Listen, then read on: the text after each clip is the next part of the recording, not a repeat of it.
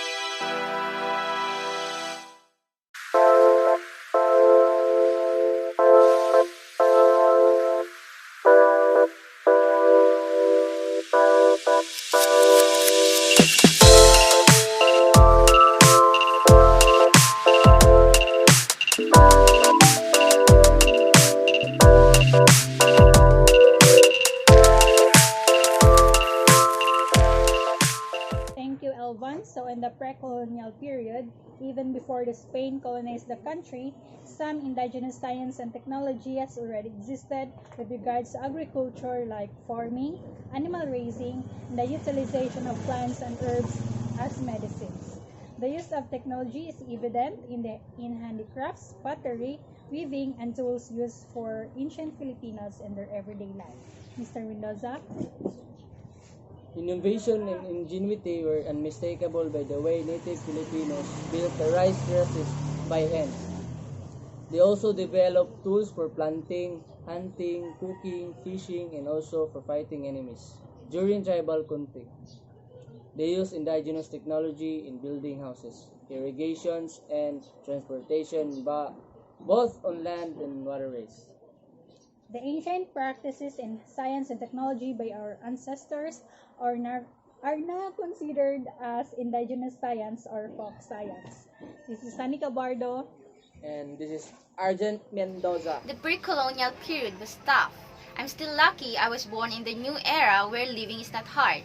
Now, let's hear about the new improvement in time in colonial period. Take it away, Rosel. Spanish colonization paved way to modern means of construction. Roads, bridges, churches, other large infrastructures were built with more sophistication using some engineering skills and tools brought by the Spaniards.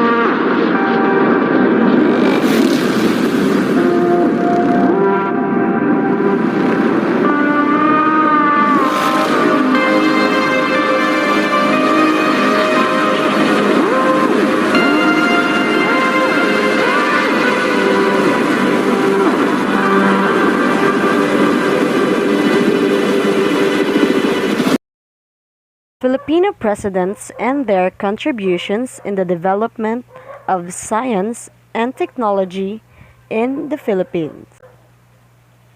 So now we are having our post-colonial period from the Philippine presidents and the status of science and technology during their administration. First, under the administracy of President Carlos P. Garcia, President Ferdinand Marcos, President Corazon Aquino, President Fidel V. Ramos, President Joseph Ejercito, and lastly, President Gloria Macapagal Arroyo. First, President Carlos P. Garcia, the lack of support of experimental work, the marginal budget for scientific research, low salaries of scientists employed by the government. He also established the National Science Development Board. Those were the things President Carlos P. Garcia contributed during the science technology. Next is President Ferdinand Marcos, who ruled the Philippines for a long time. He directed the Department of Education to revitalize the science courses in public high school. He channeled additional funds to support the projects in applied science and science education. He proclaimed 35 hectares in Bikutan, Taguig, Rizal as the site of the Philippine science community. Scholarships for graduate and undergraduate science scholars and workshop of fisheries and oceanography. He aided the Philippine Coconut Research Institute to the NSDB, or the National Science Development Board, to modernize the coconut industry. The support of the promotion of scientific research and the invention with Presidential Decree number 49, series of 1972, also known as the Decree on Intellectual Property. He also enacted a law under the Presidential Decree number 1003-A, series of 1976, to establish the National Academy of Science and Technology. He also enacted a law on the completion of the National Agriculture and Life Sciences Research Complex at the University of the Philippines at Los Baños, Executive Order Number 840, Series of 1982. He also established the Mindanao and Visayas campus of the Philippine Science High School to encourage careers in science and technology. He also established another research institutes like Pag-asa, National Grains Authority, Philippine Council for Agricultural Research, Philippine National Oil Company, and among others. Next is President Corazon Aquino, and in her time, National Science and Technology Authority was replaced by the Department of Science and Technology. Science and technology role in economic recovery and sustained economic growth was highlighted. She also created the Presidential Task Force of Science and Technology, which came up with the first Science and Technology Master Plan, or STMP. The Executive Order Number 128 abolished Republic Act Number 3859, also known as the Philippine Investors Incentive Drift. She also gave assistance to Filipino investors through giving financial aid, patent application assistance, legal assistance, and to help investors market their product domestically and abroad. Also, she has the RA 6655, or the Free Public Secondary Education Act of 1988, opened doors to free education up to the secondary level. Also, Science for the Masses program, which aimed the scientific and technological literacy among Filipinos.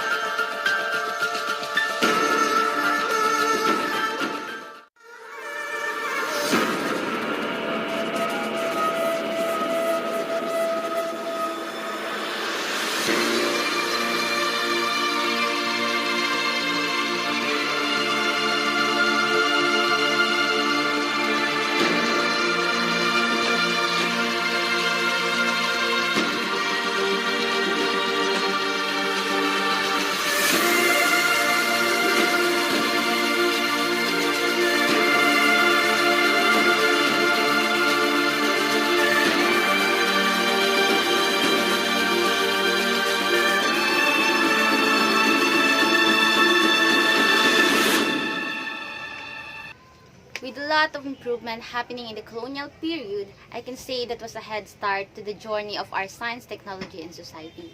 So, I invited a good friend of mine who is the Chief Executive Officer of the leading science technology company today, Elvan Linus. Welcome, Miss Linus. Thank you, Gail. So, I'm filming about the improvement of our science, technology, and society from the colonial period, colonial, and post-colonial period. So, what can you share about that, ma'am? Well, for me, the pre-colonial period Yes, pre-colonial. was a tough one because they don't have enough technology to support them. For like example, there were times that you want to call a family member, but then you, in a way to contact them, you should write them, but the letters can't receive in the day, right? So in our technology right now, we have cell phones, messengers, through applications, so that we can communicate through each other just in a day. So all I can say is that pre-colonial period was really tough because the resources that was, what do you call that? Resources we lacked of resources that time. For now, we have a lot of technologies for us to cook, to fish, to do a farming. So yeah. That's right. So, thank you, Miss Linus, for your time having here. Welcome. So, this is Christine Gil Bitanduyan, BLG Documentaries.